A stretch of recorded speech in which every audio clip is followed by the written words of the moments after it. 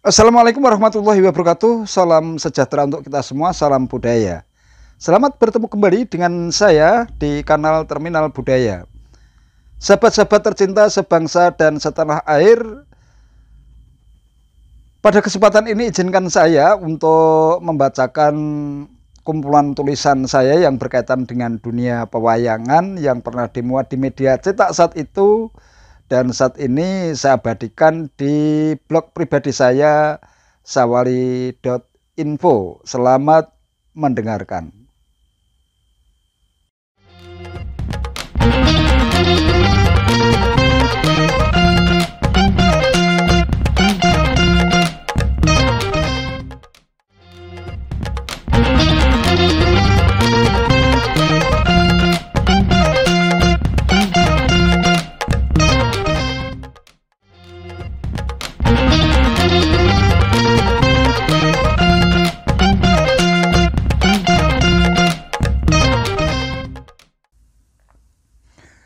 Sumpah Bima dan mantra gaib Sang Drupadi.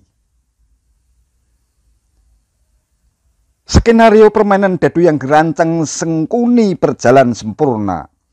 Licik dan syarat tipu daya. Yudhistira, penguasa Indraprastha yang dikenal jujur dan bersih, benar-benar dibuat tak berkutik. Semua harta kekayaannya telah ludes. Judi tak hanya sampai di situ.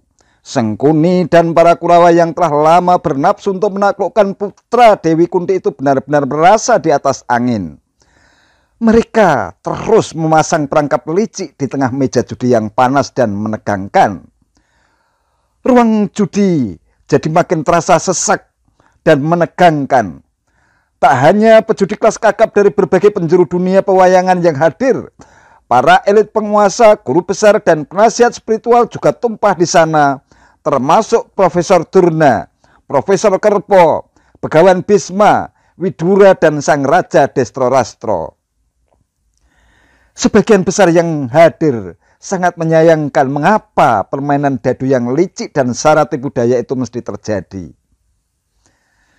Sejatinya bukan hanya pihak Pendawa yang akan keok dan ternistakan, tetapi pihak Kurawa pun diprediksi akan mengalami kehancuran yang jauh lebih dahsyat. Namun apa daya, peristiwa yang mencoreng kehormatan dan wibawa pihak Pendawa itu benar-benar telah terjadi. Segenap yang hadir hanya bisa mengelus dada sembari menahan napas. Sementara itu di meja judi Yudhistira tak sanggup menyembunyikan ketegangannya. Setelah uang, harta benda, pengawal prajurit, dan semua armada perangnya larut di meja judi, dia tak tahu lagi apa yang mesti dipertaruhkan. Bahkan semua desa di wilayah kerajaannya lengkap dengan penduduknya, sawah, ladang, dan segala macam ternak telah ludes tanpa sisa. Setiap kali Sengkuni mengocok dan melemparkan dadu, dadu itu selalu memunculkan angka sesuai kemauan pihak Kurawa. Melihat posisi Yudhistira yang makin terpojok, Sengkuni kian bernafsu untuk menghasut dan menghabisinya. Apakah masih ada?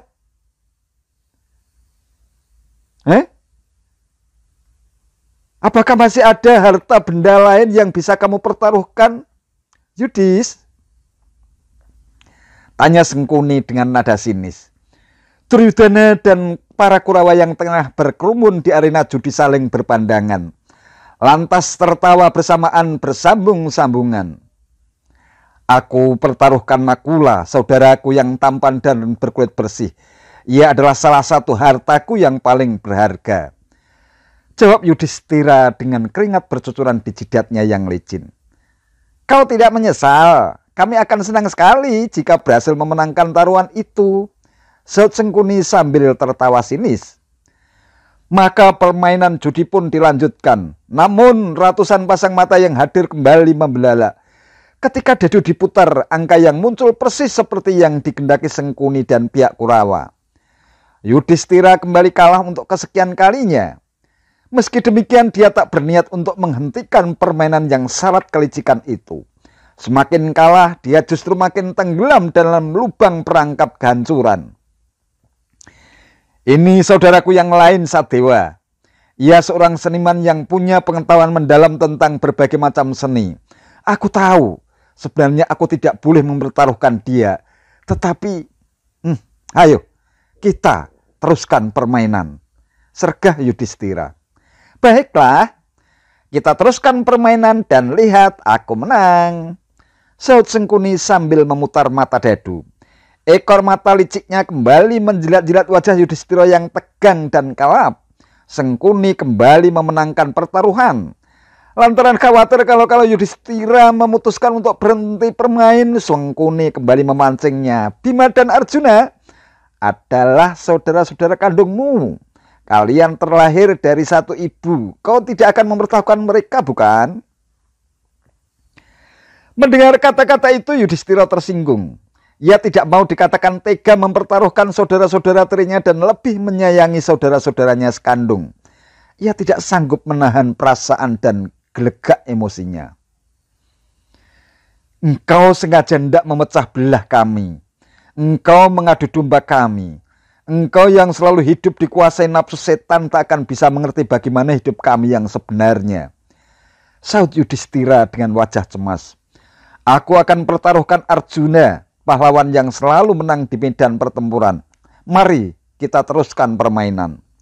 Lanjutnya seraya menahan napas. Baiklah, aku lemparkan Dadu. Lihat, aku menang, sahut Sengkuni dingin.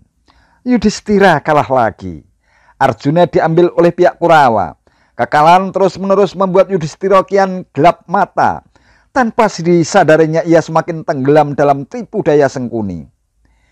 Ini Bima, saudaraku, panglima tertinggi bala tentara kami. Ia tak kenal menyerah dan keperkasaannya tak tertandingi. Aku jadikan dia taruhanku, sergah Yudhistira dengan air mata berlinang. Permainan diteruskan. Yudhistira kembali kehilangan saudaranya Bima. Namun Sengkuni belum merasa puas memperdaya pihak Pendawa. Dengan nada sinis dia pun bertanya, apakah masih ada yang bisa kau jadikan taruhan, Yudhis? Ya, diriku sendiri. Kalau kau menang, aku bersedia menjadi budakmu. Awas, perhatikan, aku pasti menang, sahut Yudhistira. Sengkunak dan Sengkuni kembali melemparkan Dadu dan ia pun menang. Begitulah, Yudhistira telah mempertaruhkan semua miliknya termasuk saudara-saudara dan dirinya sendiri, lengkap dengan pakaian dan senjata yang selalu lekat pada tubuh para ksatria. Yudhistira yang selama ini dikenal jujur, arif dan rendah hati ternyata bisa juga termakan hasutan Sengkuni. Ia belum sepenuhnya mampu memahami dan mengendalikan diri dari pancingan sendirian dan ejekan yang sengaja diembuskan Sengkuni dan pihak Kurawa. Menjelang permainan usai, Sengkuni berjingkat lantas berdiri memanggil kelima Pendawa satu persatu. Dengan nada lantang ia mengumumkan bahwa secara sah mereka sekarang menjadi budak-budaknya. Segenap yang hadir terpaku dan menahan napas. Namun agaknya Sengkuni belum juga merasa puas memperdaya Yudhistira yang pernah sukses menggelar upacara besar sesaji Rajasuya itu. Yudhis, masih ada satu permata milikmu yang dapat engkau pertaruhkan. Mungkin kali ini nasib baik berpihak padamu dan engkau yang menang. Apakah kau tidak berani melanjutkan permainan dengan mempertaruhkan Drupadi istrimu? Tanya Sengkuni dengan sorot matanya yang culas. Baiklah, aku pertaruhkan dia, sahut Yudhistira dengan suara bergetar dan putus asa. Tak ayal lagi suasana menjadi ribut. Dari tempat duduk penonton terdengar bisik-bisik tidak setuju. Kemudian dari segala penjuru terdengar teriakan sikap tidak setuju. Namun pihak Kurawa tak menggubrisnya, mereka kembali bersorak untuk kesekian kalinya. Sengkuni kembali melempar Dadu. Aku menang, lihatlah. Menyaksikan kemenangan itu, Duryudana segera meminta Widura untuk mengambil Drupadi yang tengah beristirahat di balairung peristirahatan. Namun Widura menolak. Kau gila. Ini berarti kau mengundang kehancuranmu sendiri. Ketahuilah nasibmu kini ibarat tergantung pada seutas benang. Kalau tak hati-hati kau akan jatuh ke dalam jurang kenistaan. Kau kira kemenanganmu ini akan membuatmu bahagia?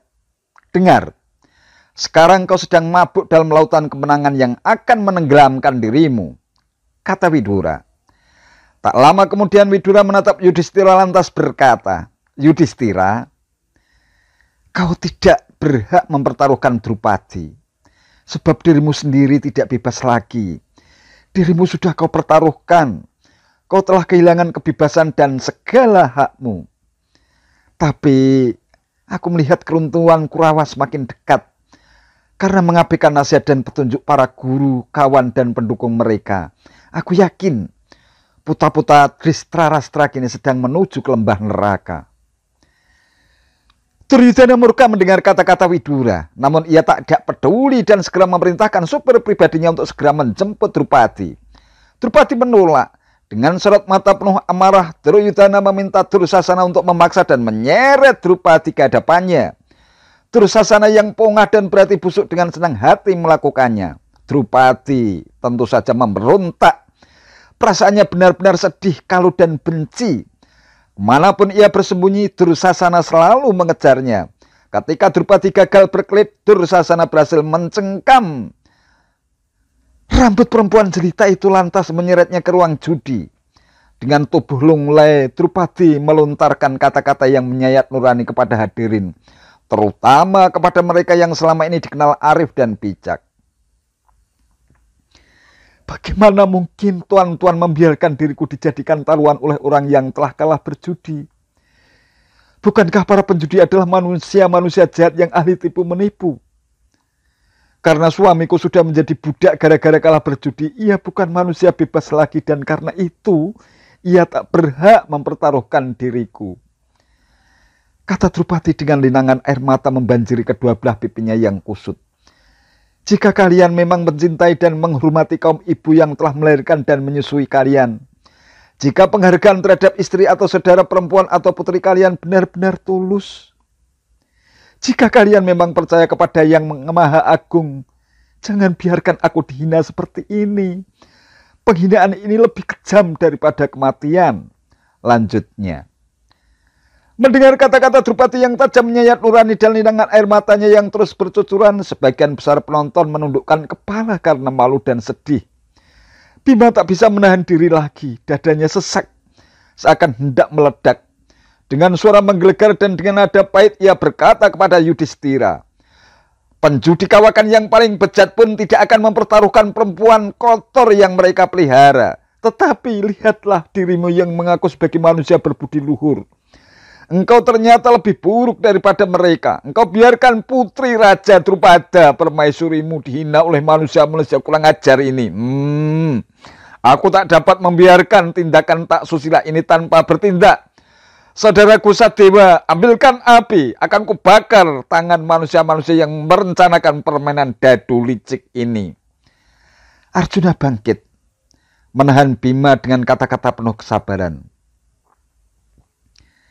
Sejak dulu mereka selalu ingin mengenyahkan kita atau menjerumuskan kita ke dalam jaring-jaring yang sengaja mereka pasang.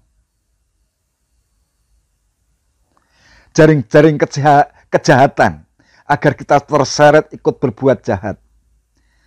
Kita tidak boleh mengikuti segala tipu daya kejahatan dan permainan licik mereka. Waspadalah. Mendengar peringatan Arjuna, Bima diam dan berusaha menahan perasaannya. Di tengah suasana batin para Pandawa yang kolit itu ternyata ada juga putra Dhritarashtra yang jijik menyaksikan perlakuan di biadab Sengkuni dan saudara-saudaranya. Wikarna namanya. Ia masih sangat muda tetapi tak sanggup menyaksikan derita Drupadi. Ia bangkit berdiri di tengah arena. Wahai para kesatria yang hadir di sini, mengapa tuan-tuan diam saja? Aku tahu aku masih muda, tetapi kalian diam saja, aku terpaksa bicara. Dengar. Yudhistira telah ditipu dalam permainan yang telah direncanakan masak-masak sebelum ia diundang. Karena itu ia tak mungkin menang, karena terus-menerus kalah, ia kehilangan kendali atas dirinya. Ia tega mempertaruhkan permaisurinya. Tetapi sebenarnya ia tak punya hak untuk mempertaruhkan Drupadi karena putri ini bukan miliknya seorang. Maka taruhan itu tidak sah. Kecuali itu, Yudhistira telah kehilangan kebebasannya maka tak punya hak untuk mempertaruhkan putri ini.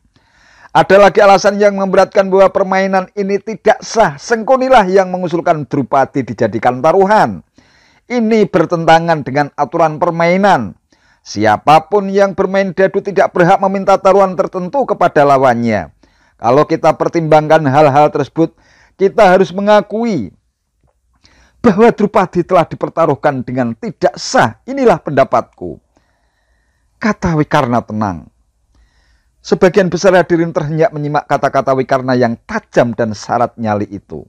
Namun, mereka lega dan berteriak mengeluk-elukan Wikarna. Para putra Distrirastra yang lain geram, bahkan Karna pun tak kalah berang.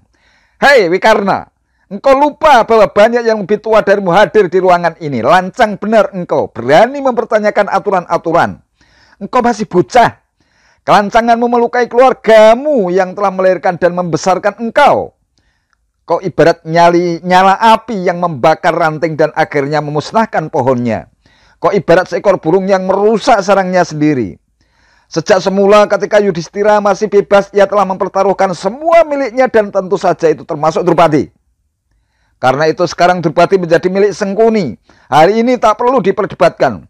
Semua milik Pandawa kini menjadi milik Sengkuni termasuk pakaian yang mereka kenakan. Hai Dursasana, tanggalkan pakaian Pandawa dan Drupadi. Serahkan semua kepada Sengkuni. Sergah Karna dengan bola mata menyala-nyala. Karena tak kuasa menolak, Pandawa rela menanggalkan seluruh pakaian yang dikenakannya hingga tinggal sehelai kain penutup aurat. Tak lama kemudian mendekati Drupadi, Dursasana dan siap merampas busana yang dikenakannya. Drupadi kembali memberontak dan melawan dengan sekuat tenaga. Dursasana terus merangsek dan memaksanya. Sembari terus bertahan, Drupadi mengerahkan kekuatan batin, berdoa dan memohon pertolongan kepada Sang Maha Pencipta. Duh Gusti penguasa alam semesta, kepadamu kuserahkan segala keyakinanku. Jangan biarkan aku dihina seperti ini. Engkaulah satu-satunya tempatku berlindung. Duh Gusti, lindungilah aku. Setelah doa khidmat itu dipanjatkan, Drupadi pingsan. Melihat kejadian itu, Dursasana semakin bernafsu untuk menelanjangi Drupadi. Ia menanggalkan pakaian Drupadi satu persatu, namun aneh. Setiap kali ia melepas pakaian Drupadi yang tak sadarkan diri itu, setiap kali pula muncul pakaian baru untuk menutupi tubuhnya yang montok dan jelita. Dursasana terus melakukan pekerjaan nista itu hingga pakaian Drupadi menumpuk seperti gunungan sampah. Segenap yang hadir terpana. Dursasana pun sanggup lagi melakukan tugasnya. Ia terduduk lemas tak berdaya. Dengan bibir gemetar, Bima mengucapkan sumpahnya.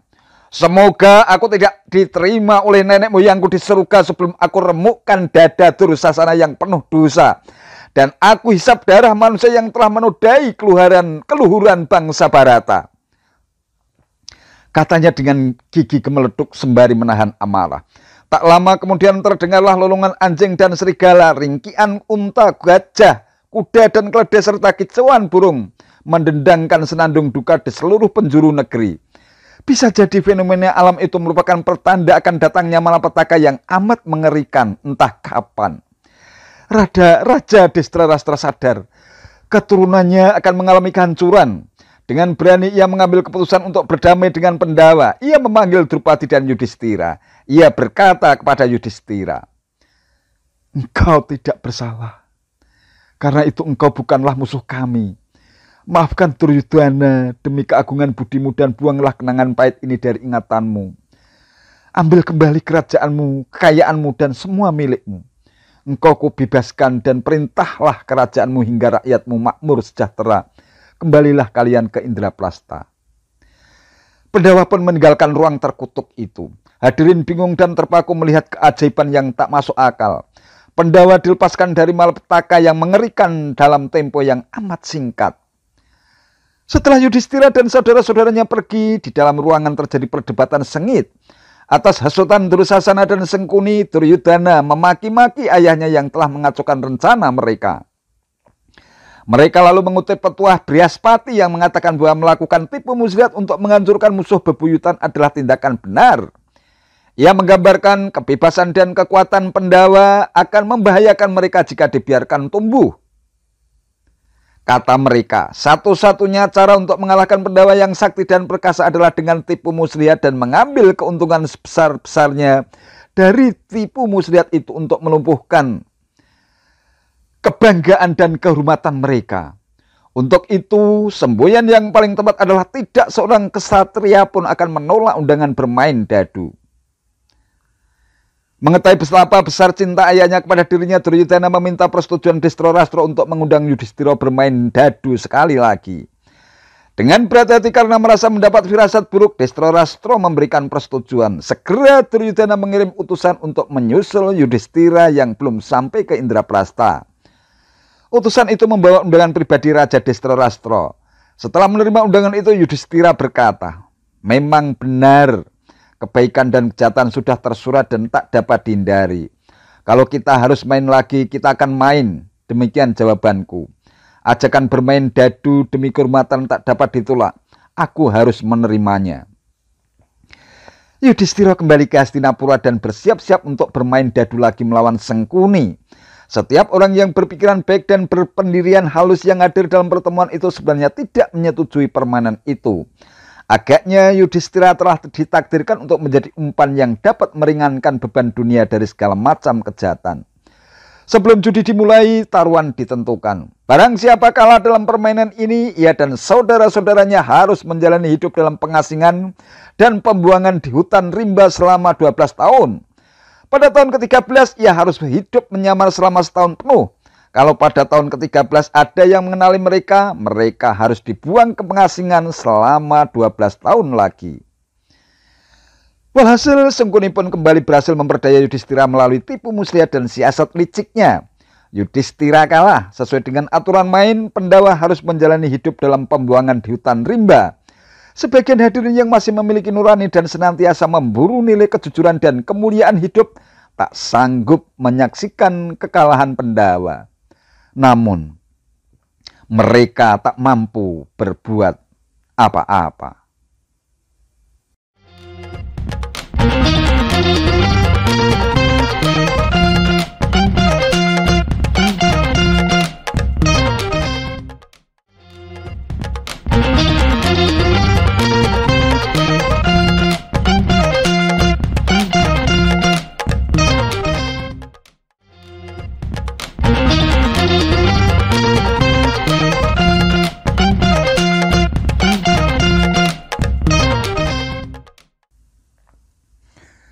Sumpah Bima dan mantra gaib Sang Drupadi. Skenario permainan dadu yang dirancang Sengkuni berjalan sempurna. Licik dan syarat tipu daya. Yudhistira, penguasa Indraprastha yang dikenal jujur dan bersih, benar-benar dibuat tak berkutik. Semua harta kekayaannya telah ludes. Judi tak hanya sampai di situ. Sengkuni dan para Kurawa yang telah lama bernafsu untuk menaklukkan putra Dewi Kunti itu benar-benar merasa di atas angin. Mereka terus memasang perangkap licik di tengah meja judi yang panas dan menegangkan. Ruang judi jadi makin terasa sesak dan menegangkan.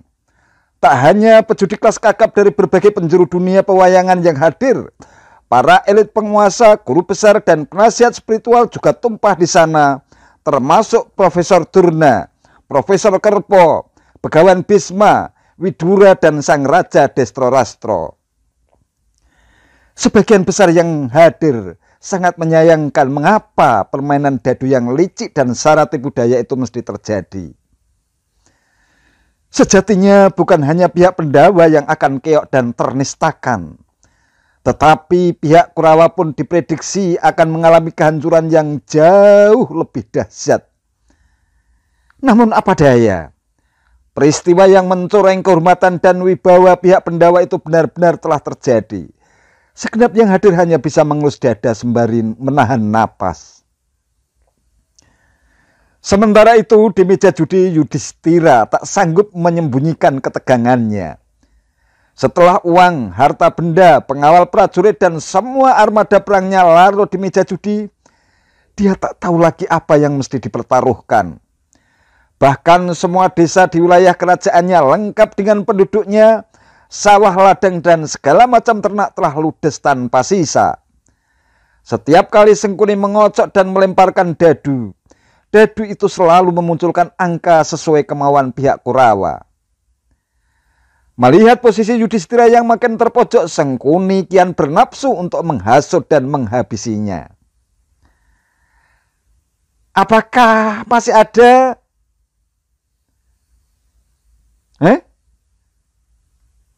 Apakah masih ada harta benda lain yang bisa kamu pertaruhkan, Yudhis?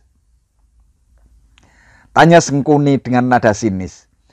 Duryudana dan para Kurawa yang tengah berkerumun di arena judi saling berpandangan. Lantas tertawa bersamaan bersambung-sambungan. Aku pertaruhkan Nakula, saudaraku yang tampan dan berkulit bersih. Ia adalah salah satu hartaku yang paling berharga. Jawab Yudhistira dengan keringat bercucuran di jidatnya yang licin. Kau tidak menyesal, kami akan senang sekali jika berhasil memenangkan taruhan itu, sahut Sengkuni sambil tertawa sinis. Maka permainan judi pun dilanjutkan, namun ratusan pasang mata yang hadir kembali membelalak. Ketika dadu diputar, angka yang muncul persis seperti yang dikehendaki Sengkuni dan pihak Kurawa. Yudhistira kembali kalah untuk kesekian kalinya. Meski demikian, dia tak berniat untuk menghentikan permainan yang syarat kelicikan itu. Semakin kalah, dia justru makin tenggelam dalam lubang perangkap kehancuran. Ini saudaraku yang lain, Sadewa. Ia seorang seniman yang punya pengetahuan mendalam tentang berbagai macam seni. Aku tahu, sebenarnya aku tidak boleh mempertaruhkan dia. Tetapi, ayo, kita teruskan permainan, sergah Yudhistira. Baiklah, kita teruskan permainan dan lihat aku menang, sahut Sengkuni sambil memutar mata dadu. Ekor mata liciknya kembali menjilat-jilat wajah Yudhistira yang tegang dan kalap. Sengkuni kembali memenangkan pertaruhan. Lantaran khawatir kalau Yudhistira memutuskan untuk berhenti bermain, Sengkuni kembali memancingnya. Bima dan Arjuna adalah saudara-saudara kandungmu. Kalian terlahir dari satu ibu. Kau tidak akan mempertaruhkan mereka, bukan? Mendengar kata-kata itu, Yudhistira tersinggung. Ia tidak mau dikatakan tega mempertaruhkan saudara-saudara tirinya dan lebih menyayangi saudara-saudaranya sekandung. Ia tidak sanggup menahan perasaan dan gelegak emosinya. Engkau sengaja hendak memecah belah kami. Engkau mengadu domba kami. Engkau yang selalu hidup dikuasai nafsu setan tak akan bisa mengerti bagaimana hidup kami yang sebenarnya, sahut Yudhistira dengan wajah cemas. Aku akan pertaruhkan Arjuna, pahlawan yang selalu menang di medan pertempuran. Mari kita teruskan permainan. Lanjutnya seraya menahan napas. Baiklah, aku lemparkan dadu, lihat, aku menang, sahut Sengkuni dingin. Yudhistira kalah lagi. Arjuna diambil oleh pihak Kurawa. Kekalahan terus-menerus membuat Yudhistira kian gelap mata. Tanpa disadarinya ia semakin tenggelam dalam tipu daya Sengkuni. Ini Bima, saudaraku, panglima tertinggi bala tentara kami. Ia tak kenal menyerah dan keperkasaannya tak tertandingi. Aku jadikan dia taruhanku, sergah Yudhistira dengan air mata berlinang. Permainan diteruskan. Yudhistira kembali kehilangan saudaranya Bima. Namun Sengkuni belum merasa puas memperdaya pihak Pendawa. Dengan nada sinis dia pun bertanya, apakah masih ada yang bisa kau jadikan taruhan, Yudhis? Ya, diriku sendiri. Kalau kau menang, aku bersedia menjadi budakmu. Awas, perhatikan, aku pasti menang, sahut Yudhistira. Sengkuni kembali melemparkan dadu dan ia pun menang. Begitulah, Yudhistira telah mempertaruhkan semua miliknya termasuk saudara-saudara dan dirinya sendiri, lengkap dengan pakaian dan senjata yang selalu lekat pada tubuh para ksatria. Yudhistira yang selama ini dikenal jujur, arif dan rendah hati ternyata bisa juga termakan hasutan Sengkuni. Ia belum sepenuhnya mampu memahami dan mengendalikan diri dari pancingan sendirian dan ejekan yang sengaja diembuskan Sengkuni dan pihak Kurawa. Menjelang permainan usai, Sengkuni berjingkat lantas berdiri memanggil kelima Pendawa satu persatu. Dengan nada lantang, ia mengumumkan bahwa secara sah mereka sekarang menjadi budak-budaknya. Segenap yang hadir terpaku dan menahan napas. Namun agaknya Sengkuni belum juga merasa puas memperdaya Yudhistira yang pernah sukses menggelar upacara besar sesaji Raja Suya itu. Yudhis, masih ada satu permata milikmu yang dapat engkau pertaruhkan. Mungkin kali ini nasib baik berpihak padamu dan engkau yang menang. Apakah kau tidak berani melanjutkan permainan dengan mempertaruhkan Drupadi istrimu? Tanya Sengkuni dengan sorot matanya yang culas. Baiklah, aku pertaruhkan dia, sahut Yudhistira dengan suara bergetar dan putus asa. Tak ayal lagi suasana menjadi ribut. Dari tempat duduk penonton terdengar bisik-bisik tidak setuju. Kemudian dari segala penjuru terdengar teriakan sikap tidak setuju. Namun pihak Kurawa tak menggubrisnya, mereka kembali bersorak untuk kesekian kalinya. Sengkuni kembali melempar dadu. Aku menang, lihatlah. Menyaksikan kemenangan itu, Duryudana segera meminta Widura untuk mengambil Drupadi yang tengah beristirahat di balairung peristirahatan. Namun Widura menolak. Kau gila. Ini berarti kau mengundang kehancuranmu sendiri. Ketahuilah nasibmu kini ibarat tergantung pada seutas benang. Kalau tak hati-hati kau akan jatuh ke dalam jurang kenistaan. Kau kira kemenanganmu ini akan membuatmu bahagia? Dengar, sekarang kau sedang mabuk dalam lautan kemenangan yang akan menenggelamkan dirimu, kata Widura. Tak lama kemudian Widura menatap Yudhistira lantas berkata, Yudhistira, kau tidak berhak mempertaruhkan Drupadi, sebab dirimu sendiri tidak bebas lagi.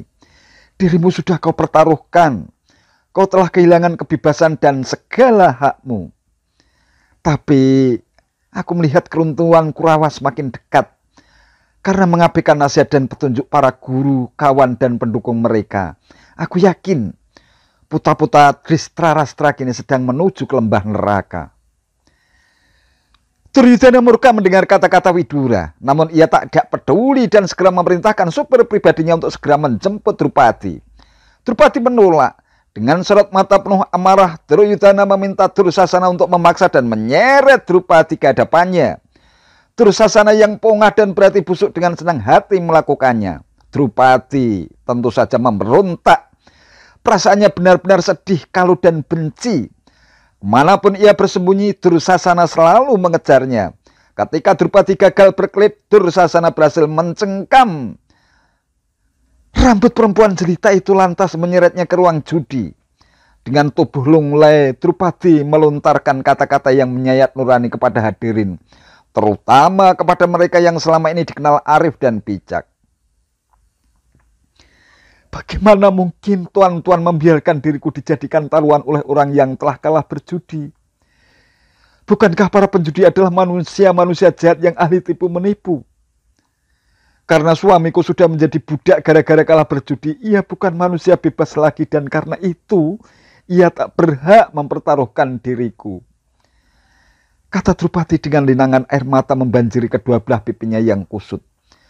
Jika kalian memang mencintai dan menghormati kaum ibu yang telah melahirkan dan menyusui kalian, jika penghargaan terhadap istri atau saudara perempuan atau putri kalian benar-benar tulus, jika kalian memang percaya kepada Yang Maha Agung, jangan biarkan aku dihina seperti ini. Penghinaan ini lebih kejam daripada kematian. Lanjutnya. Mendengar kata-kata Drupadi yang tajam menyayat nurani dan linangan air matanya yang terus bercucuran, sebagian besar penonton menundukkan kepala karena malu dan sedih. Bima tak bisa menahan diri lagi, dadanya sesak, seakan hendak meledak. Dengan suara menggelegar dan dengan nada pahit ia berkata kepada Yudhistira, penjudi kawakan yang paling bejat pun tidak akan mempertaruhkan perempuan kotor yang mereka pelihara. Tetapi lihatlah dirimu yang mengaku sebagai manusia berbudi luhur. Engkau ternyata lebih buruk daripada mereka. Engkau biarkan putri Raja Drupada permaisurimu dihina oleh manusia-manusia kurang ajar ini. Aku tak dapat membiarkan tindakan tak susila ini tanpa bertindak. Saudaraku Sadewa, ambilkan api, akan kubakar tangan manusia-manusia yang merencanakan permainan dadu licik ini. Arjuna bangkit. menahan Bima dengan kata-kata penuh kesabaran.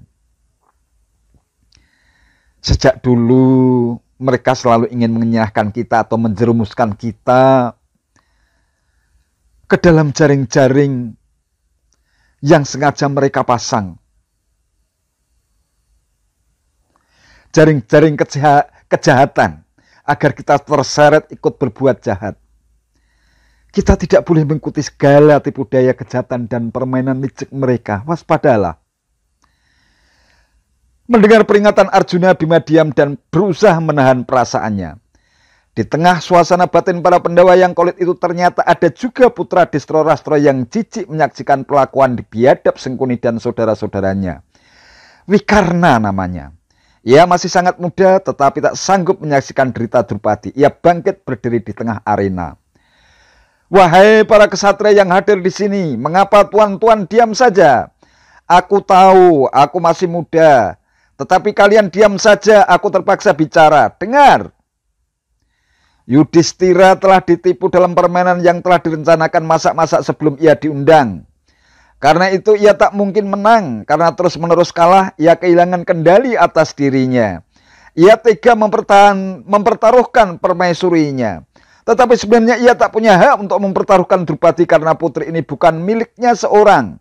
Maka taruhan itu tidak sah. Kecuali itu, Yudhistira telah kehilangan kebebasannya maka tak punya hak untuk mempertaruhkan putri ini. Ada lagi alasan yang memberatkan bahwa permainan ini tidak sah. Sengkunilah yang mengusulkan Drupadi dijadikan taruhan. Ini bertentangan dengan aturan permainan. Siapapun yang bermain dadu tidak berhak meminta taruhan tertentu kepada lawannya. Kalau kita pertimbangkan hal-hal tersebut, kita harus mengakui bahwa Drupadi telah dipertaruhkan dengan tidak sah. Inilah pendapatku. Kata Wikarna tenang. Sebagian besar hadirin terhenyak menyimak kata-kata Wikarna yang tajam dan syarat nyali itu. Namun, mereka lega dan berteriak mengeluk-elukan Wikarna. Para putra Distro-Rastro yang lain geram, bahkan Karna pun tak kalah berang. Hei Wikarna, engkau lupa bahwa banyak yang lebih tua darimu hadir di ruangan ini. Lancang benar engkau, berani mempertanyakan aturan-aturan. Engkau masih bocah. Kelancanganmu melukai keluargamu yang telah melahirkan dan membesarkan engkau.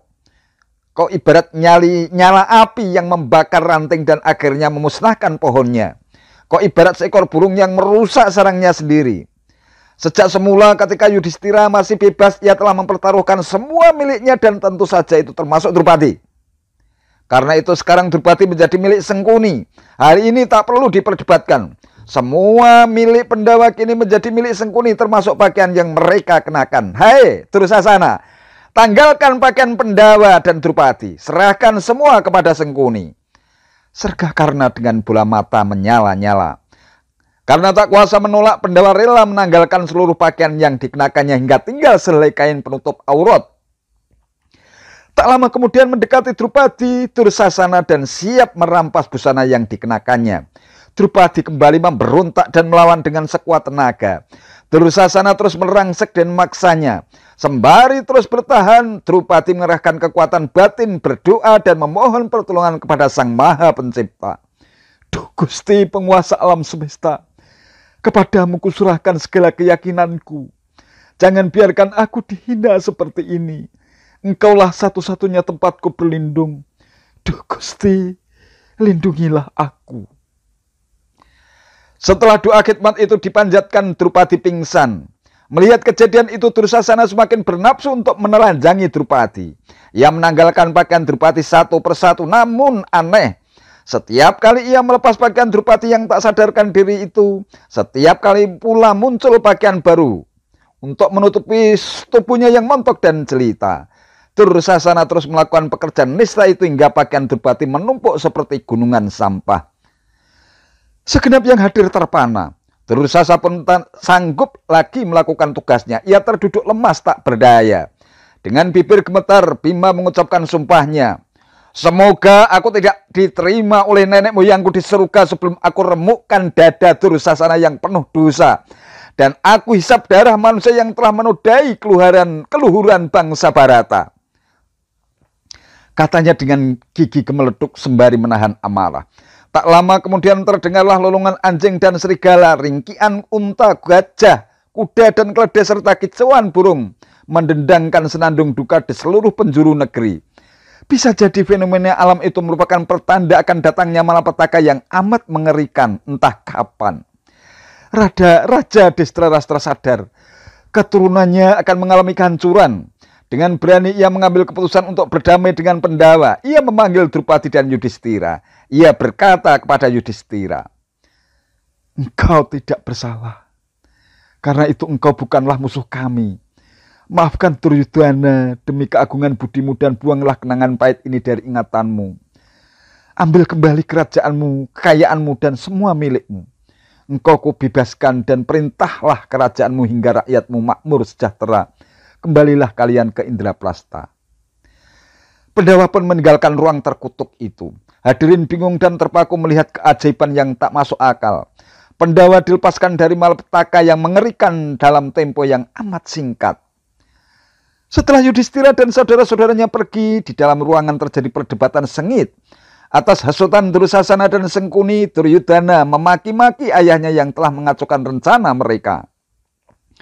Mereka lalu mengutip petuah Brihaspati yang mengatakan bahwa melakukan tipu muslihat untuk menghancurkan musuh bebuyutan adalah tindakan benar. Ia menggambarkan kebebasan dan kekuatan Pendawa akan membahayakan mereka jika dibiarkan tumbuh. Kata mereka, satu-satunya cara untuk mengalahkan Pendawa yang sakti dan perkasa adalah dengan tipu muslihat dan mengambil keuntungan sebesar-besarnya dari tipu muslihat itu untuk melumpuhkan kebanggaan dan kehormatan mereka. Untuk itu, semboyan yang paling tepat adalah tidak seorang kesatria pun akan menolak undangan bermain dadu. Mengetahui betapa besar cinta ayahnya kepada dirinya, Duryudana meminta persetujuan Destrorastra untuk mengundang Yudhistira bermain dadu sekali lagi. Dengan berat hati karena merasa mendapat firasat buruk, Destrorastra memberikan persetujuan. Segera Duryudana mengirim utusan untuk menyusul Yudhistira yang belum sampai ke Indraprasta. Utusan itu membawa undangan pribadi Raja Destrorastra. Setelah menerima undangan itu, Yudhistira berkata, "Memang benar, kebaikan dan kejahatan sudah tersurat dan tak dapat dihindari. Kalau kita harus main lagi, kita akan main." Demikian jawabanku. Ajakan bermain dadu demi kehormatan tak dapat ditolak. Aku harus menerimanya. Yudhistira kembali ke Hastinapura dan bersiap-siap untuk bermain dadu lagi melawan Sengkuni. Setiap orang yang berpikiran baik dan berpendirian halus yang hadir dalam pertemuan itu sebenarnya tidak menyetujui permainan itu. Agaknya Yudhistira telah ditakdirkan untuk menjadi umpan yang dapat meringankan beban dunia dari segala macam kejahatan. Sebelum judi dimulai, taruhan ditentukan. Barang siapa kalah dalam permainan ini, ia dan saudara-saudaranya harus menjalani hidup dalam pengasingan dan pembuangan di hutan rimba selama 12 tahun. Pada tahun ke-13, ia harus hidup menyamar selama setahun penuh. Kalau pada tahun ke-13 ada yang mengenali mereka, mereka harus dibuang ke pengasingan selama 12 tahun lagi. Walhasil, Sengkuni pun kembali berhasil memperdaya Yudhistira melalui tipu muslihat dan siasat liciknya. Yudhistira kalah. Sesuai dengan aturan main, Pendawa harus menjalani hidup dalam pembuangan di hutan rimba. Sebagian hadirin yang masih memiliki nurani dan senantiasa memburu nilai kejujuran dan kemuliaan hidup tak sanggup menyaksikan kekalahan Pendawa. Namun, mereka tak mampu berbuat apa-apa.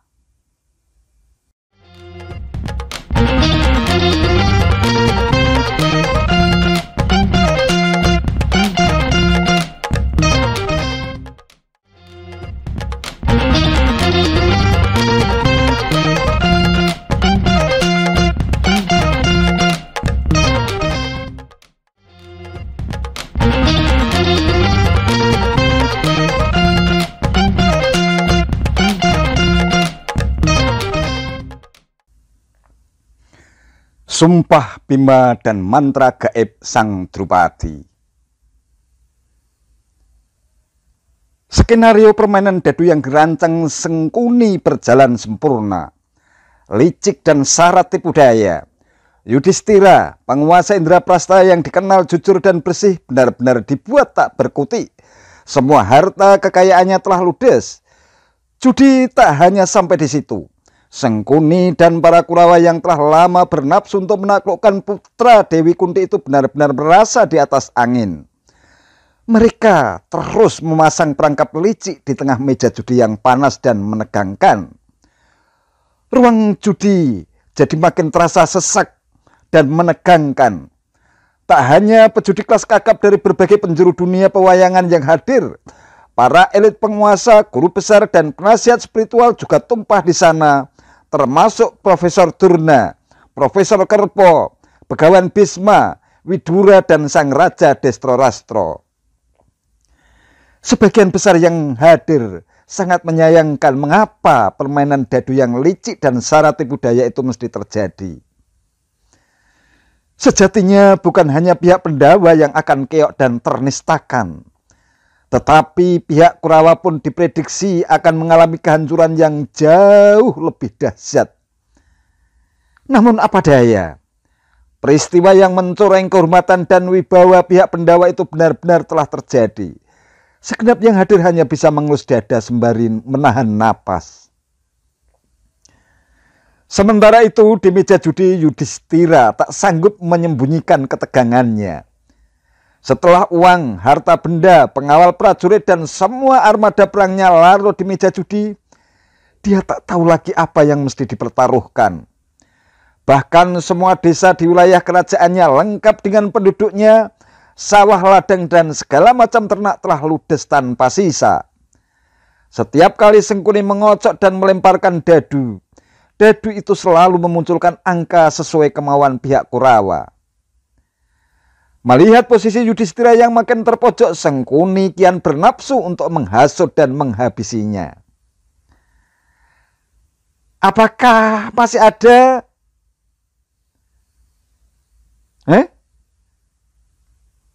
Apakah masih ada harta benda lain yang bisa kamu pertaruhkan, Yudhis? Tanya Sengkuni dengan nada sinis. Duryudana dan para Kurawa yang tengah berkerumun di arena judi saling berpandangan. Lantas tertawa bersamaan bersambung-sambungan. Aku pertaruhkan Nakula, saudaraku yang tampan dan berkulit bersih. Ia adalah salah satu hartaku yang paling berharga. Jawab Yudhistira dengan keringat bercucuran di jidatnya yang licin. Kau tidak menyesal, kami akan senang sekali jika berhasil memenangkan taruhan itu, sahut Sengkuni sambil tertawa sinis. Maka permainan judi pun dilanjutkan, namun ratusan pasang mata yang hadir kembali membelalak. Ketika dadu diputar, angka yang muncul persis seperti yang dikehendaki Sengkuni dan pihak Kurawa. Yudhistira kembali kalah untuk kesekian kalinya. Meski demikian, dia tak berniat untuk menghentikan permainan yang syarat kelicikan itu. Semakin kalah, dia justru makin tenggelam dalam lubang perangkap kehancuran. Ini saudaraku yang lain, Sadewa. Ia seorang seniman yang punya pengetahuan mendalam tentang berbagai macam seni. Aku tahu, sebenarnya aku tidak boleh mempertaruhkan dia. Tetapi, ayo, kita teruskan permainan, sergah Yudhistira. Baiklah, kita teruskan permainan dan lihat aku menang, sahut Sengkuni sambil memutar mata dadu. Ekor mata liciknya kembali menjilat-jilat wajah Yudhistira yang tegang dan kalap. Sengkuni kembali memenangkan pertaruhan. Lantaran khawatir kalau Yudhistira memutuskan untuk berhenti bermain, Sengkuni kembali memancingnya. Bima dan Arjuna adalah saudara-saudara kandungmu. Kalian terlahir dari satu ibu. Kau tidak akan mempertaruhkan mereka, bukan? Mendengar kata-kata itu, Yudhistira tersinggung. Ia tidak mau dikatakan tega mempertaruhkan saudara-saudara tirinya dan lebih menyayangi saudara-saudaranya sekandung. Ia tidak sanggup menahan perasaan dan gelegak emosinya. Engkau sengaja hendak memecah belah kami. Engkau mengadu domba kami. Engkau yang selalu hidup dikuasai nafsu setan tak akan bisa mengerti bagaimana hidup kami yang sebenarnya, sahut Yudhistira dengan wajah cemas. Aku akan pertaruhkan Arjuna, pahlawan yang selalu menang di medan pertempuran. Mari kita teruskan permainan. Lanjutnya seraya menahan napas. Baiklah, aku lemparkan dadu, lihat, aku menang, sahut Sengkuni dingin. Yudhistira kalah lagi. Arjuna diambil oleh pihak Kurawa. Kekalahan terus-menerus membuat Yudhistira kian gelap mata. Tanpa disadarinya ia semakin tenggelam dalam tipu daya Sengkuni. Ini Bima, saudaraku, panglima tertinggi bala tentara kami. Ia tak kenal menyerah dan keperkasaannya tak tertandingi. Aku jadikan dia taruhanku. Sergah Yudhistira dengan air mata berlinang. Permainan diteruskan. Yudhistira kembali kehilangan saudaranya Bima. Namun Sengkuni belum merasa puas memperdaya pihak Pendawa. Dengan nada sinis dia pun bertanya, apakah masih ada yang bisa kau jadikan taruhan, Yudhis? Ya, diriku sendiri. Kalau kau menang, aku bersedia menjadi budakmu. Awas, perhatikan, aku pasti menang. Saud Yudhistira. Sengkunak dan Sengkuni kembali melemparkan dadu dan ia pun menang. Begitulah, Yudhistira telah mempertaruhkan semua miliknya termasuk saudara-saudara dan dirinya sendiri, lengkap dengan pakaian dan senjata yang selalu lekat pada tubuh para ksatria. Yudhistira yang selama ini dikenal jujur, arif dan rendah hati ternyata bisa juga termakan hasutan Sengkuni. Ia belum sepenuhnya mampu memahami dan mengendalikan diri dari pancingan sendirian dan ejekan yang sengaja diembuskan Sengkuni dan pihak Kurawa. Menjelang permainan usai, Sengkuni berjingkat lantas berdiri memanggil kelima Pendawa satu persatu. Dengan nada lantang ia mengumumkan bahwa secara sah mereka sekarang menjadi budak-budaknya. Segenap yang hadir terpaku dan menahan napas. Namun agaknya Sengkuni belum juga merasa puas memperdaya Yudhistira yang pernah sukses menggelar upacara besar sesaji Rajasuya itu. Yudhis, masih ada satu permata milikmu yang dapat engkau pertaruhkan. Mungkin kali ini nasib baik berpihak padamu dan engkau yang menang. Apakah kau tidak berani melanjutkan permainan dengan mempertaruhkan Drupadi istrimu? Tanya Sengkuni dengan sorot matanya yang culas. Baiklah, aku pertaruhkan dia. Saud Yudhistira dengan suara bergetar dan putus asa. Tak ayal lagi suasana menjadi ribut. Dari tempat duduk penonton terdengar bisik-bisik tidak setuju. Kemudian dari segala penjuru terdengar teriakan sikap tidak setuju. Namun pihak Kurawa tak menggubrisnya, mereka kembali bersorak untuk kesekian kalinya. Sengkuni kembali melempar dadu. Aku menang, lihatlah. Menyaksikan kemenangan itu, Duryudana segera meminta Widura untuk mengambil Drupadi yang tengah beristirahat di balairung peristirahatan. Namun Widura menolak. Kau gila. Ini berarti kau mengundang kehancuranmu sendiri. Ketahuilah nasibmu kini ibarat tergantung pada seutas benang. Kalau tak hati-hati kau akan jatuh ke dalam jurang kenistaan. Kau kira kemenanganmu ini akan membuatmu bahagia? Dengar.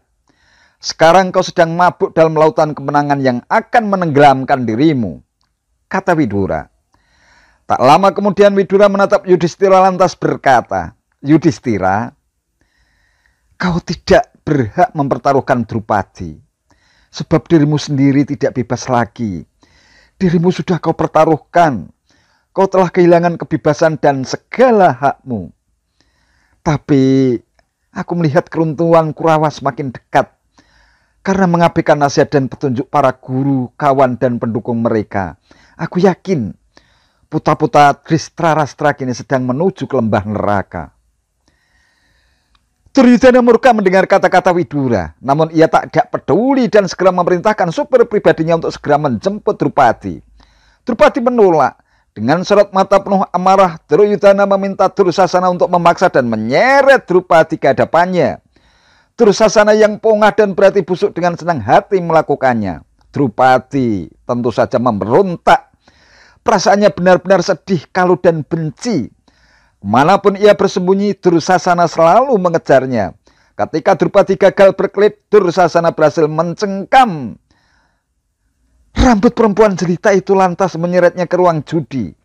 Dengan tubuh lunglai, Drupadi melontarkan kata-kata yang menyayat nurani kepada hadirin, terutama kepada mereka yang selama ini dikenal arif dan bijak. Bagaimana mungkin tuan-tuan membiarkan diriku dijadikan taruhan oleh orang yang telah kalah berjudi? Bukankah para penjudi adalah manusia-manusia jahat yang ahli tipu menipu? Karena suamiku sudah menjadi budak gara-gara kalah berjudi, ia bukan manusia bebas lagi dan karena itu ia tak berhak mempertaruhkan diriku.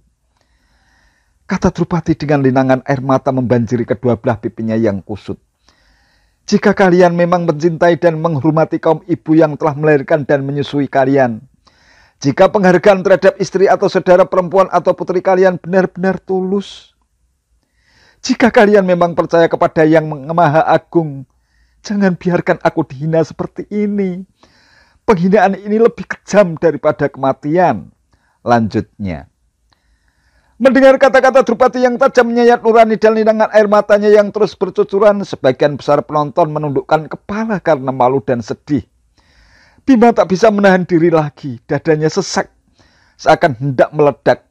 Dengan suara menggelegar dan dengan nada pahit ia berkata kepada Yudhistira, penjudi kawakan yang paling bejat pun tidak akan mempertaruhkan perempuan kotor yang mereka pelihara. Tetapi lihatlah dirimu yang mengaku sebagai manusia berbudi luhur. Engkau ternyata lebih buruk daripada mereka. Engkau biarkan putri Raja Drupada permaisurimu dihina oleh manusia-manusia kurang ajar ini. Aku tak dapat membiarkan tindakan tak susila ini tanpa bertindak. Saudaraku Sadewa, ambilkan api, akan kubakar tangan manusia-manusia yang merencanakan permainan dadu licik ini. Arjuna bangkit, menahan Bima dengan kata-kata penuh kesabaran. Sejak dulu mereka selalu ingin mengenyahkan kita atau menjerumuskan kita ke dalam jaring-jaring yang sengaja mereka pasang. Jaring-jaring kejahatan agar kita terseret ikut berbuat jahat. Kita tidak boleh mengikuti segala tipu daya kejahatan dan permainan licik mereka. Waspadalah. Mendengar peringatan Arjuna, Bima diam dan berusaha menahan perasaannya. Di tengah suasana batin para Pandawa yang kolit itu ternyata ada juga putra Dhritarashtra yang jijik menyaksikan pelakuan biadab Sengkuni dan saudara-saudaranya. Wikarna namanya. Ia masih sangat muda tetapi tak sanggup menyaksikan derita Drupadi. Ia bangkit berdiri di tengah arena. Wahai para kesatria yang hadir di sini, mengapa tuan-tuan diam saja? Aku tahu, aku masih muda. Tetapi kalian diam saja, aku terpaksa bicara. Dengar. Yudhistira telah ditipu dalam permainan yang telah direncanakan masak-masak sebelum ia diundang. Karena itu ia tak mungkin menang. Karena terus-menerus kalah, ia kehilangan kendali atas dirinya. Ia tega mempertaruhkan permaisurinya. Tetapi sebenarnya ia tak punya hak untuk mempertaruhkan Drupadi karena putri ini bukan miliknya seorang. Maka taruhan itu tidak sah. Kecuali itu, Yudhistira telah kehilangan kebebasannya maka tak punya hak untuk mempertaruhkan putri ini. Ada lagi alasan yang memberatkan bahwa permainan ini tidak sah. Sengkunilah yang mengusulkan Drupadi dijadikan taruhan. Ini bertentangan dengan aturan permainan. Siapapun yang bermain dadu tidak berhak meminta taruhan tertentu kepada lawannya. Kalau kita pertimbangkan hal-hal tersebut, kita harus mengakui bahwa Drupadi telah dipertaruhkan dengan tidak sah. Inilah pendapatku. Kata Wikarna tenang.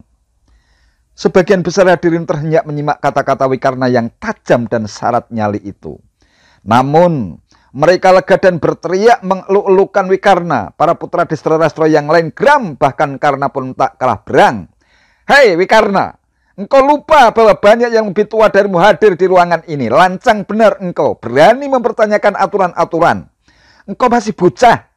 Kelancanganmu melukai keluargamu yang telah melahirkan dan membesarkan engkau. Kau ibarat nyala api yang membakar ranting dan akhirnya memusnahkan pohonnya.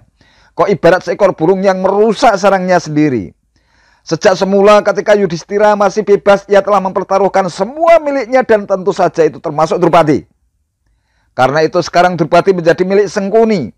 Hal ini tak perlu diperdebatkan. Semua milik Pandawa kini menjadi milik Sengkuni termasuk pakaian yang mereka kenakan. Hai Dursasana, tanggalkan pakaian Pandawa dan Drupadi. Serahkan semua kepada Sengkuni. Sergah Karna dengan bola mata menyala-nyala. Karena tak kuasa menolak, Pandawa rela menanggalkan seluruh pakaian yang dikenakannya hingga tinggal selai kain penutup aurat. Tak lama kemudian mendekati Drupadi, Dursasana dan siap merampas busana yang dikenakannya. Drupadi kembali memberontak dan melawan dengan sekuat tenaga. Dursasana terus merangsek dan memaksanya. Sembari terus bertahan, Drupadi mengerahkan kekuatan batin, berdoa dan memohon pertolongan kepada Sang Maha Pencipta. Duh Gusti penguasa alam semesta, kepadamu kuserahkan segala keyakinanku. Jangan biarkan aku dihina seperti ini. Engkaulah satu-satunya tempatku berlindung. Duh Gusti, lindungilah aku. Setelah doa khidmat itu dipanjatkan, Drupadi pingsan. Melihat kejadian itu, Dursasana semakin bernafsu untuk menelanjangi Drupadi. Ia menanggalkan pakaian Drupadi satu persatu, namun aneh.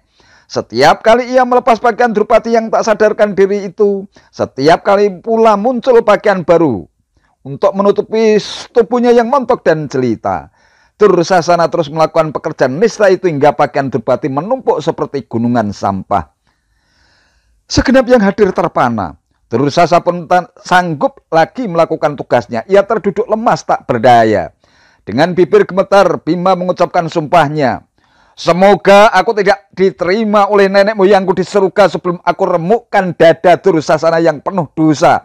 Dan aku hisap darah manusia yang telah menodai keluhuran bangsa Barata. Katanya dengan gigi gemeleduk sembari menahan amarah. Tak lama kemudian terdengarlah lolongan anjing dan serigala, ringkian unta, gajah, kuda dan keledai serta kicauan burung mendendangkan senandung duka di seluruh penjuru negeri.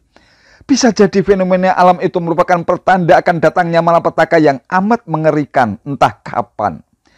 Raja Destrarastra sadar keturunannya akan mengalami kehancuran. Dengan berani ia mengambil keputusan untuk berdamai dengan Pendawa. Ia memanggil Drupadi dan Yudhistira.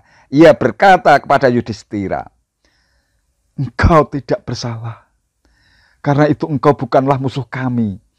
Maafkan Duryudana demi keagungan budimu dan buanglah kenangan pahit ini dari ingatanmu. Ambil kembali kerajaanmu, kekayaanmu dan semua milikmu.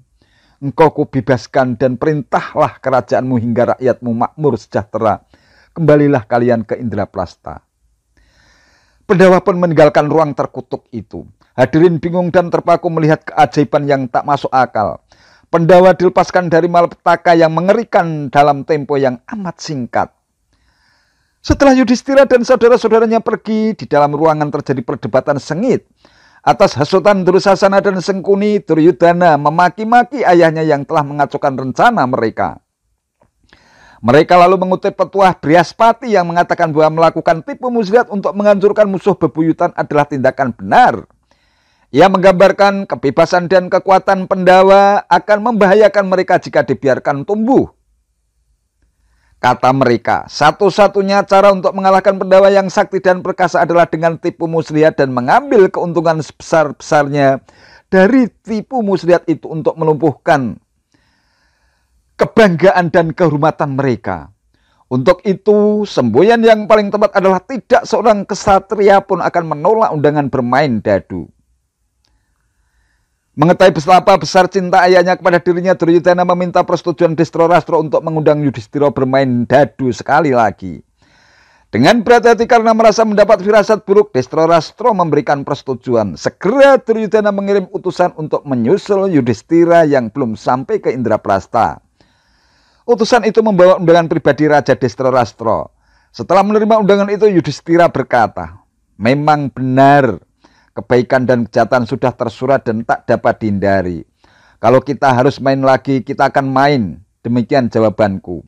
Ajakan bermain dadu demi kehormatan tak dapat ditolak. Aku harus menerimanya. Yudhistira kembali ke Hastinapura dan bersiap-siap untuk bermain dadu lagi melawan Sengkuni. Setiap orang yang berpikiran baik dan berpendirian halus yang hadir dalam pertemuan itu sebenarnya tidak menyetujui permainan itu. Agaknya Yudhistira telah ditakdirkan untuk menjadi umpan yang dapat meringankan beban dunia dari segala macam kejahatan. Sebelum judi dimulai, taruhan ditentukan. Barang siapa kalah dalam permainan ini, ia dan saudara-saudaranya harus menjalani hidup dalam pengasingan dan pembuangan di hutan rimba selama 12 tahun. Pada tahun ke-13, ia harus hidup menyamar selama setahun penuh. Kalau pada tahun ke-13 ada yang mengenali mereka, mereka harus dibuang ke pengasingan selama 12 tahun lagi. Walhasil, Sengkuni pun kembali berhasil memperdaya Yudhistira melalui tipu muslihat dan siasat liciknya. Yudhistira kalah. Sesuai dengan aturan main, Pandawa harus menjalani hidup dalam pembuangan di hutan rimba. Sebagian hadirin yang masih memiliki nurani dan senantiasa memburu nilai kejujuran dan kemuliaan hidup tak sanggup menyaksikan kekalahan Pandawa. Namun, mereka tak mampu berbuat apa-apa.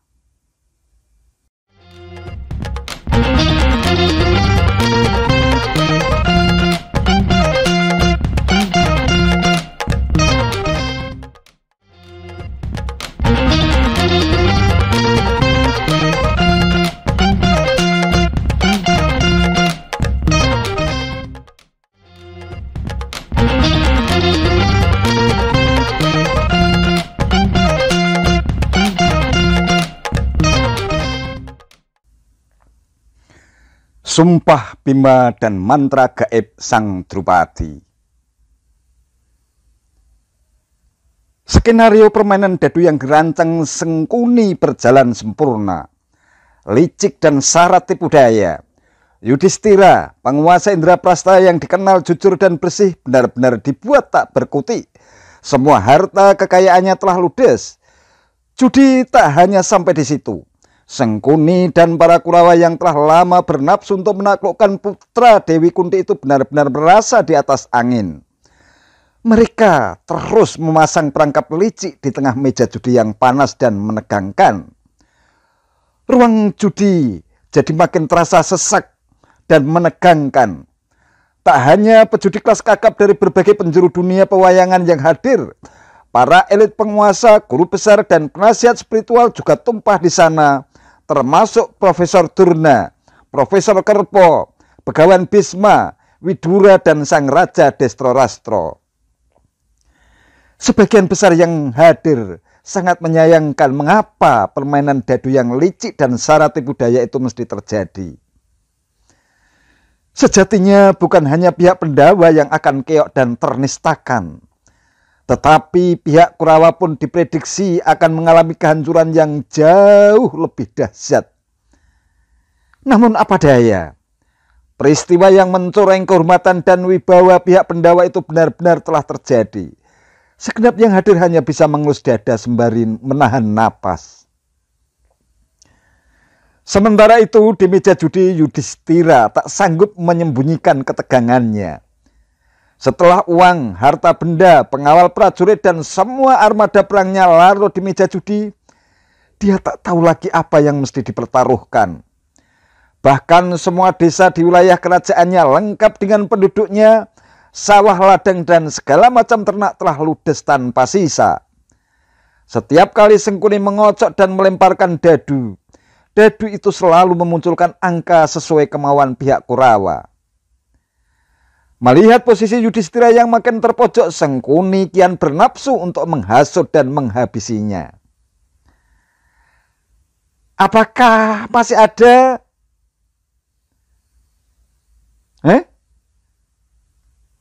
Apakah masih ada harta benda lain yang bisa kamu pertaruhkan, Yudhis? Tanya Sengkuni dengan nada sinis. Duryudana dan para Kurawa yang tengah berkerumun di arena judi saling berpandangan. Lantas tertawa bersamaan bersambung-sambungan. Aku pertaruhkan Nakula, saudaraku yang tampan dan berkulit bersih. Ia adalah salah satu hartaku yang paling berharga. Jawab Yudhistira dengan keringat bercucuran di jidatnya yang licin. Kau tidak menyesal, kami akan senang sekali jika berhasil memenangkan taruhan itu. Saud Sengkuni sambil tertawa sinis. Maka permainan judi pun dilanjutkan. Namun ratusan pasang mata yang hadir kembali membelalak. Ketika dadu diputar, angka yang muncul persis seperti yang digendaki Sengkuni dan pihak Kurawa. Yudhistira kembali kalah untuk kesekian kalinya. Meski demikian dia tak berniat untuk menghentikan permainan yang syarat kelicikan itu. Semakin kalah dia justru makin tenggelam dalam lubang perangkap kehancuran. Ini saudaraku yang lain, Sadewa. Ia seorang seniman yang punya pengetahuan mendalam tentang berbagai macam seni. Aku tahu, sebenarnya aku tidak boleh mempertaruhkan dia. Tetapi, ayo, kita teruskan permainan. Sergah Yudhistira. Baiklah, kita teruskan permainan dan lihat aku menang, sahut Sengkuni sambil memutar mata Dadu. Ekor mata liciknya kembali menjilat-jilat wajah Yudhistira yang tegang dan kalap. Sengkuni kembali memenangkan pertaruhan. Lantaran khawatir kalau Yudhistira memutuskan untuk berhenti bermain, Sengkuni kembali memancingnya. Bima dan Arjuna adalah saudara-saudara kandungmu. Kalian terlahir dari satu ibu. Kau tidak akan mempertaruhkan mereka, bukan? Mendengar kata-kata itu, Yudhistira tersinggung. Ia tidak mau dikatakan tega mempertaruhkan saudara-saudara tirinya dan lebih menyayangi saudara-saudaranya sekandung. Ia tidak sanggup menahan perasaan dan gelegak emosinya. Engkau sengaja hendak memecah belah kami. Engkau mengadu domba kami. Engkau yang selalu hidup dikuasai nafsu setan tak akan bisa mengerti bagaimana hidup kami yang sebenarnya, sahut Yudhistira dengan wajah cemas. Aku akan pertaruhkan Arjuna, pahlawan yang selalu menang di medan pertempuran. Mari kita teruskan permainan. Lanjutnya seraya menahan napas. Baiklah, aku lemparkan dadu. Lihat, aku menang, sahut Sengkuni dingin. Yudhistira kalah lagi. Arjuna diambil oleh pihak Kurawa. Kekalahan terus-menerus membuat Yudhistira kian gelap mata. Tanpa disadarinya ia semakin tenggelam dalam tipu daya Sengkuni. Ini Bima, saudaraku, panglima tertinggi bala tentara kami. Ia tak kenal menyerah dan keperkasaannya tak tertandingi. Aku jadikan dia taruhanku, sergah Yudhistira dengan air mata berlinang. Permainan diteruskan. Yudhistira kembali kehilangan saudaranya Bima. Namun Sengkuni belum merasa puas memperdaya pihak Pendawa. Dengan nada sinis dia pun bertanya, apakah masih ada yang bisa kau jadikan taruhan, Yudhis? Ya, diriku sendiri. Kalau kau menang, aku bersedia menjadi budakmu. Awas, perhatikan, aku pasti menang, sahut Yudhistira. Sengkuni kembali melemparkan dadu dan ia pun menang. Begitulah, Yudhistira telah mempertaruhkan semua miliknya termasuk saudara-saudara dan dirinya sendiri, lengkap dengan pakaian dan senjata yang selalu lekat pada tubuh para ksatria. Yudhistira yang selama ini dikenal jujur, arif dan rendah hati ternyata bisa juga termakan hasutan Sengkuni. Ia belum sepenuhnya mampu memahami dan mengendalikan diri dari pancingan sendirian dan ejekan yang sengaja diembuskan Sengkuni dan pihak Kurawa. Menjelang permainan usai, Sengkuni berjingkat lantas berdiri memanggil kelima Pendawa satu persatu. Dengan nada lantang ia mengumumkan bahwa secara sah mereka sekarang menjadi budak-budaknya.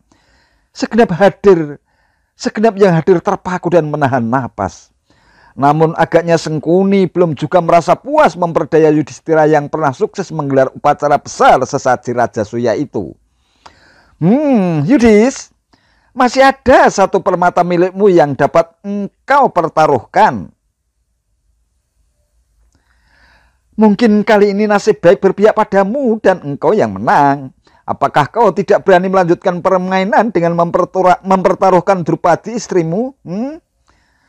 Tanya Sengkuni dengan sorot matanya yang culas. Baiklah, aku pertaruhkan dia, sahut Yudhistira dengan suara bergetar dan putus asa. Tak ayal lagi suasana menjadi ribut. Dari tempat duduk penonton terdengar bisik-bisik tidak setuju. Kemudian dari segala penjuru terdengar teriakan sikap tidak setuju. Namun pihak Kurawa tak menggubrisnya, mereka kembali bersorak untuk kesekian kalinya. Sengkuni kembali melempar dadu. Aku menang, lihatlah. Menyaksikan kemenangan itu, Duryudana segera meminta Widura untuk mengambil Drupadi yang tengah beristirahat di balairung peristirahatan. Namun Widura menolak. Kau gila. Ini berarti kau mengundang kehancuranmu sendiri. Ketahuilah nasibmu kini ibarat tergantung pada seutas benang. Kalau tak hati-hati kau akan jatuh ke dalam jurang kenistaan. Kau kira kemenanganmu ini akan membuatmu bahagia? Dengar, Sekarang kau sedang mabuk dalam lautan kemenangan yang akan menenggelamkan dirimu, kata Widura. Tak lama kemudian Widura menatap Yudhistira lantas berkata, Yudhistira, kau tidak berhak mempertaruhkan Drupadi, sebab dirimu sendiri tidak bebas lagi. Dirimu sudah kau pertaruhkan. Kau telah kehilangan kebebasan dan segala hakmu. Tapi aku melihat keruntuhan Kurawa semakin dekat karena mengabaikan nasihat dan petunjuk para guru, kawan, dan pendukung mereka. Aku yakin putra-putra Dhritarashtra kini sedang menuju ke lembah neraka. Duryudana murka mendengar kata-kata Widura, namun ia tidak peduli dan segera memerintahkan supir pribadinya untuk segera menjemput Drupadi. Drupadi menolak. Dengan sorot mata penuh amarah, Duryudana meminta Dursasana untuk memaksa dan menyeret Drupadi ke hadapannya. Dursasana yang pongah dan berhati busuk dengan senang hati melakukannya. Drupadi tentu saja memberontak. Perasaannya benar-benar sedih, kalut, dan benci. Manapun ia bersembunyi, Dursasana selalu mengejarnya. Ketika Drupadi gagal berkelit, Dursasana berhasil mencengkam rambut perempuan jelita itu lantas menyeretnya ke ruang judi. Dengan tubuh lunglai, Drupadi melontarkan kata-kata yang menyayat nurani kepada hadirin, terutama kepada mereka yang selama ini dikenal arif dan bijak. Bagaimana mungkin tuan-tuan membiarkan diriku dijadikan taruhan oleh orang yang telah kalah berjudi? Bukankah para penjudi adalah manusia-manusia jahat yang ahli tipu menipu? Karena suamiku sudah menjadi budak gara-gara kalah berjudi, ia bukan manusia bebas lagi dan karena itu ia tak berhak mempertaruhkan diriku. Kata Drupadi dengan linangan air mata membanjiri kedua belah pipinya yang kusut. Jika kalian memang mencintai dan menghormati kaum ibu yang telah melahirkan dan menyusui kalian, jika penghargaan terhadap istri atau saudara perempuan atau putri kalian benar-benar tulus, jika kalian memang percaya kepada Yang Maha Agung, jangan biarkan aku dihina seperti ini.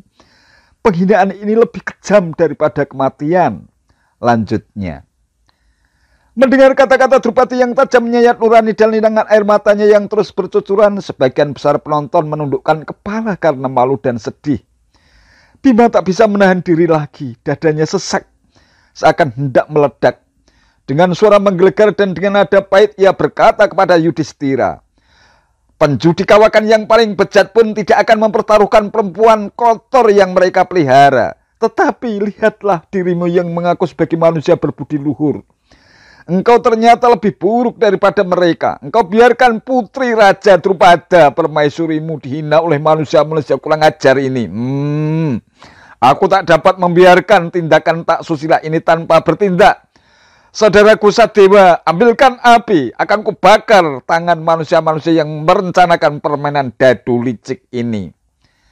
Arjuna bangkit, menahan Bima dengan kata-kata penuh kesabaran.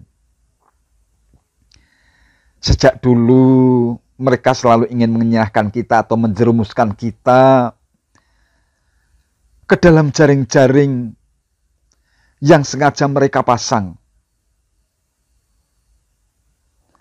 Jaring-jaring kejahatan agar kita terseret ikut berbuat jahat. Kita tidak boleh mengikuti segala tipu daya kejahatan dan permainan licik mereka. Waspadalah. Mendengar peringatan Arjuna, Bima diam dan berusaha menahan perasaannya.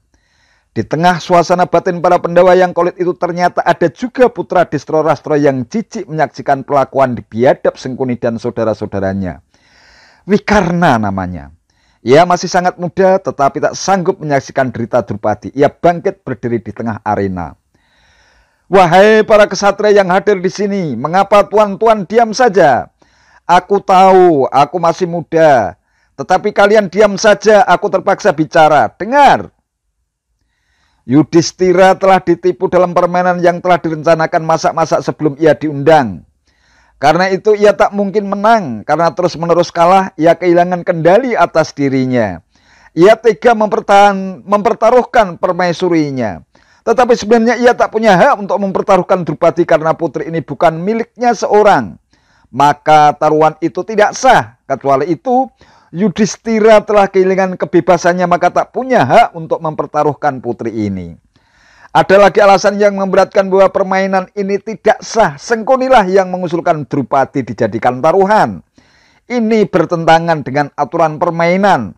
Siapapun yang bermain dadu tidak berhak meminta taruhan tertentu kepada lawannya.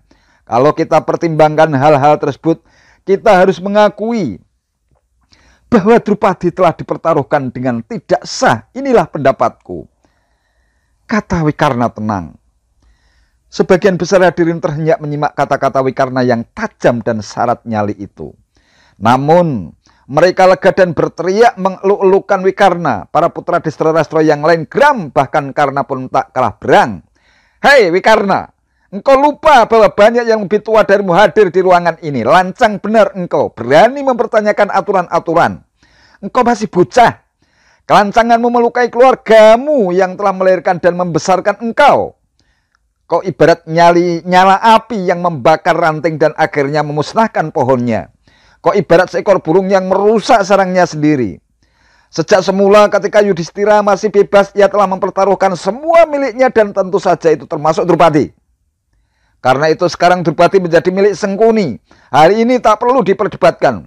Semua milik Pendawa kini menjadi milik Sengkuni, termasuk pakaian yang mereka kenakan. Hai Dursasana, tanggalkan pakaian Pendawa dan Drupadi. Serahkan semua kepada Sengkuni.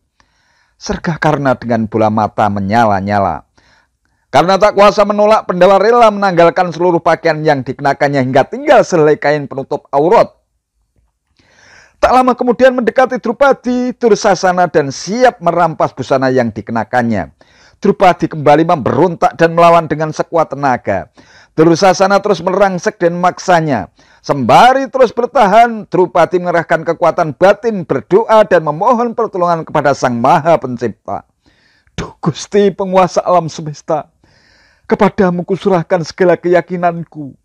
Jangan biarkan aku dihina seperti ini. Engkaulah satu-satunya tempatku berlindung. Duh Gusti, lindungilah aku.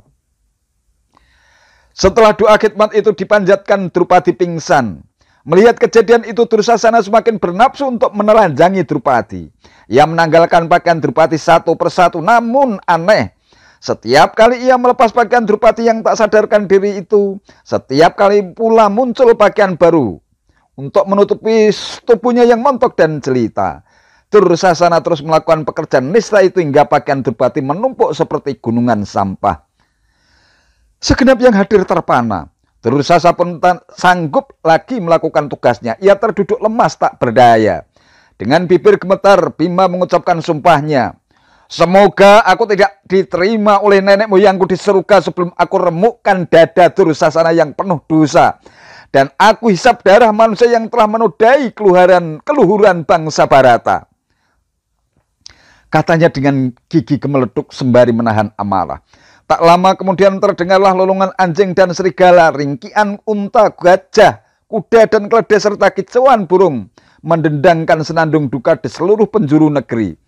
Bisa jadi fenomena alam itu merupakan pertanda akan datangnya malapetaka yang amat mengerikan entah kapan. Raja Distarastra sadar keturunannya akan mengalami kehancuran. Dengan berani ia mengambil keputusan untuk berdamai dengan Pendawa. Ia memanggil Drupadi dan Yudhistira. Ia berkata kepada Yudhistira, engkau tidak bersalah. Karena itu engkau bukanlah musuh kami. Maafkan Duryudana demi keagungan budimu dan buanglah kenangan pahit ini dari ingatanmu. Ambil kembali kerajaanmu, kekayaanmu dan semua milikmu. Engkau kubebaskan dan perintahlah kerajaanmu hingga rakyatmu makmur sejahtera. Kembalilah kalian ke Indraprasta. Pendawa pun meninggalkan ruang terkutuk itu. Hadirin bingung dan terpaku melihat keajaiban yang tak masuk akal. Pendawa dilepaskan dari malapetaka yang mengerikan dalam tempo yang amat singkat. Setelah Yudhistira dan saudara-saudaranya pergi, di dalam ruangan terjadi perdebatan sengit. Atas hasutan Dursasana dan Sengkuni, Duryudana memaki-maki ayahnya yang telah mengacaukan rencana mereka. Mereka lalu mengutip petuah Brihaspati yang mengatakan bahwa melakukan tipu muslihat untuk menghancurkan musuh bebuyutan adalah tindakan benar. Ia menggambarkan kebebasan dan kekuatan Pendawa akan membahayakan mereka jika dibiarkan tumbuh. Kata mereka, satu-satunya cara untuk mengalahkan Pandawa yang sakti dan perkasa adalah dengan tipu muslihat dan mengambil keuntungan sebesar-besarnya dari tipu muslihat itu untuk melumpuhkan kebanggaan dan kehormatan mereka. Untuk itu, semboyan yang paling tepat adalah tidak seorang kesatria pun akan menolak undangan bermain dadu. Mengetahui betapa besar cinta ayahnya kepada dirinya, Duryudana meminta persetujuan Dhestharashtra untuk mengundang Yudhistira bermain dadu sekali lagi. Dengan berhati-hati karena merasa mendapat firasat buruk, Dhestharashtra memberikan persetujuan. Segera Duryudana mengirim utusan untuk menyusul Yudhistira yang belum sampai ke Indraprastha. Utusan itu membawa undangan pribadi Raja Dhestharashtra. Setelah menerima undangan itu, Yudhistira berkata, memang benar, kebaikan dan kejahatan sudah tersurat dan tak dapat dihindari. Kalau kita harus main lagi, kita akan main. Demikian jawabanku. Ajakan bermain dadu demi kehormatan tak dapat ditolak. Aku harus menerimanya. Yudhistira kembali ke Hastinapura dan bersiap-siap untuk bermain dadu lagi melawan Sengkuni. Setiap orang yang berpikiran baik dan berpendirian halus yang hadir dalam pertemuan itu sebenarnya tidak menyetujui permainan itu. Agaknya Yudhistira telah ditakdirkan untuk menjadi umpan yang dapat meringankan beban dunia dari segala macam kejahatan. Sebelum judi dimulai, taruhan ditentukan. Barang siapa kalah dalam permainan ini, ia dan saudara-saudaranya harus menjalani hidup dalam pengasingan dan pembuangan di hutan rimba selama 12 tahun. Pada tahun ke-13, ia harus hidup menyamar selama setahun penuh. Kalau pada tahun ke-13 ada yang mengenali mereka, mereka harus dibuang ke pengasingan selama 12 tahun lagi. Walhasil, Sengkuni pun kembali berhasil memperdaya Yudhistira melalui tipu muslihat dan siasat liciknya. Yudhistira kalah. Sesuai dengan aturan main, Pandawa harus menjalani hidup dalam pembuangan di hutan rimba. Sebagian hadirin yang masih memiliki nurani dan senantiasa memburu nilai kejujuran dan kemuliaan hidup tak sanggup menyaksikan kekalahan Pandawa. Namun, mereka tak mampu berbuat apa-apa.